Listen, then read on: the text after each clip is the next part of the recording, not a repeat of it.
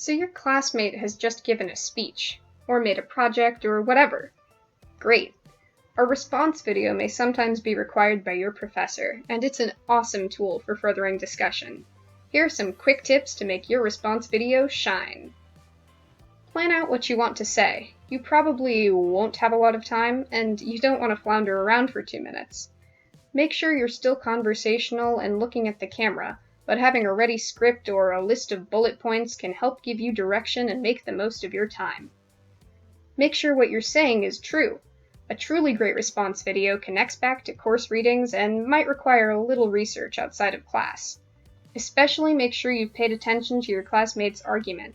If you purposefully ignore or misunderstand what they're really saying, and then respond to that instead of the speech, we call this a straw man argument. There's a link in the description below that'll tell you more about common debating fallacies and how to avoid them.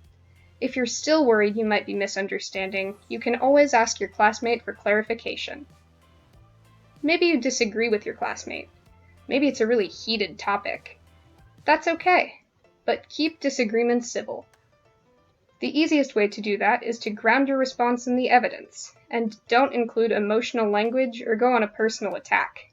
To help balance things out, if there's anything you agree with or feel was done well in the speech, you can highlight that also. By keeping these tips in mind, anyone can have a great discussion, no matter the distance.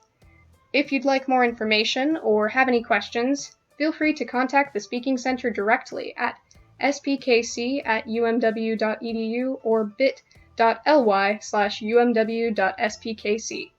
Thank you for watching. I'm Emily, a consultant at the Speaking Center. Be sure to leave a like and smash that subscribe button.